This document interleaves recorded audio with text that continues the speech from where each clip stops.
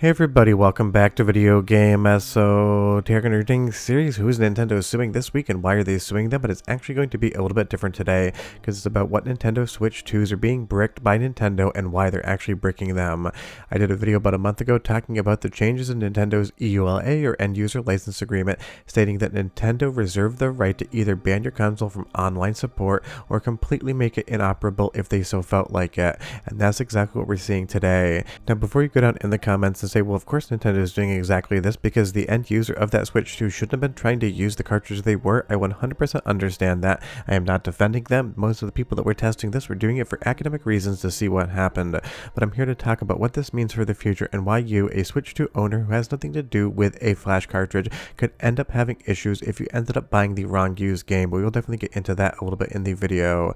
But it's one of those things when we went over the end user license agreement last time, we talked about the fact that it was way more aggressive than we ever seen. Yes, you could get banned from the online platform on the original Switch, but there was nothing Nintendo could do in that end-user license agreement to state that they could make your console inoperable. But when Nintendo changed that licensing agreement in May of 2025 in the run-up to the Switch 2 launch, they added a line saying they could make that device permanently unusable in whole or in part. In whole would mean it was completely bricked, it wouldn't do anything, nothing more than a paperweight, and in part means that online ban. But this generation being banned from the online service is going to have a much more fundamental and chilling effect on people than it did on original Switch, and we'll get into that. But you'll see here some people tested this academically expecting something to happen, people that make mod tools and other things in the background, and you'll see that at least for this one user, when they used that mixed Switch cartridge, they ended up being banned from the online platform and online services.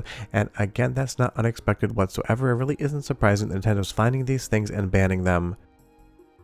But it does mean that Nintendo is out there looking, and I know what you're thinking, well, if I'm offline, it wouldn't really matter to me whatsoever, and that is not in fact the case, and I want to warn you of that. The Nintendo Switch 2 records telemetry data, which is basically saying anything you do on your Nintendo Switch 2 is saved to that console and then communicated back to Nintendo when you are online. So even if you were to use one of these cartridges that was made to work with a new firmware and you were in offline mode, there is still data saved to your Switch 2, so the next time you go online, it's going to ping that server and tell it you've been doing something with that hardware that Nintendo doesn't want you to do, and you could very well end up with your Switch 2 being completely banned from all of the online services from Nintendo. And it is one of those things. I understand why these cartridges exist. Some people use them for the reasons that they quote-unquote should, just taking your entire game collection with you for games that you purchase, and other people, and the large percentage, use them for things they shouldn't be doing whatsoever. But it is one of those things. The reality is those cartridges are out there, and you will see that some people are celebrating this, and that's fine. People can decide to do what they want, but remember, we do still have the permission to actually back up our own software. You have an exemption to make a one-to-one copy of software you've owned for preservation purposes, but you don't really apparently have the right in Nintendo's eyes to use any sort of cartridge to actually allow you to load those games up. So it's one of those things. Nintendo is just saying, I don't really care what the law states on those backups. If we see the presence of any of those MIG cartridges being run on Switch 2, we can, we will, and we have blacklisted consoles from online support. And that's one of those things that is a scary beginning, because Nintendo is definitely taking a way harder line on this sort of thing in the Switch 2 generation, and that's because the original Nintendo Switch was cracked open very quickly. But remember, these games do have keys on them, and every game has a unique key when you're using it. So that does mean if you were to go out and buy something like a used game for Switch, put it in your Switch 2, and that key pinged to something that's already been dumped and being used by multiple consoles, you could theoretically end up with your Switch 2 banned from online support without ever having done anything wrong yourself. You could unknowingly end up in a situation where your Switch 2 is 50% of a paperweight, and even more so than that. And that really is the scary thing, because Nintendo cannot differentiate between intent and non-intent. If you put a MIG Switch cartridge in your Switch 2, Nintendo understands that you are trying to do that. But if you put a Switch 1 cart in your Switch 2 and you end up having something that was used and dumped before, you could end up with a bricked console due to no fault of your own. And the big issue here is coming down to all of the game key cards that are going to be on the actual Nintendo Switch 2, because remember, we've talked about it in previous videos, there's absolutely no data on these cards whatsoever. They are just a serial key. You put it into your Switch 2 and then you're able to download the entire game to either internal storage or to that micro SD card. But the reality is, if you actually get your Switch 2 console banned from any sort of reason, you cannot use these cards whatsoever because the downloads for the games require online support, and if you end up getting your Switch 2 banned from online platforms, then these games are completely out of your reach. You can buy them all day long, you can put them in the console, but based upon what people have researched and talked about on Reddit and Twitter as well, they will not download because your Switch 2 has been banned from online support. And that's definitely a scary thing. That's basically essentially a brick for any game that isn't on the actual cartridge, and we know right now that that is a ton of them. And again, I understand that we have the ability to have legal backups and dumps of games that you do own.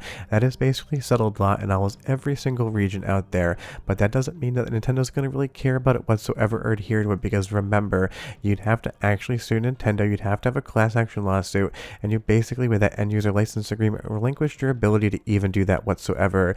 Nintendo just keeps protecting themselves from you going after them, but they do not in any way, shape, or form protect you from getting absolutely screwed over due to no fault of your own.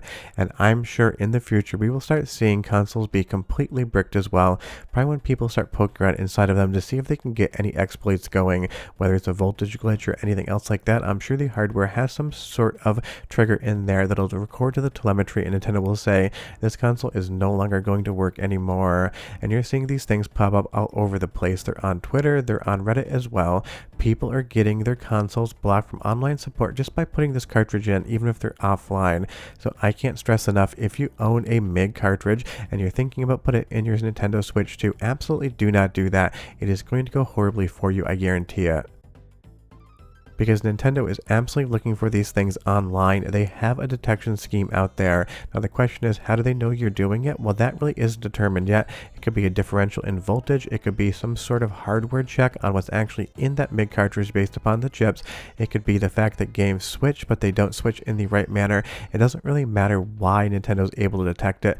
The reality is, all we need to know is that they can, and that is the most important part here. So again, can't stress enough, if you have one of these things, don't have it anywhere near your Switch 2.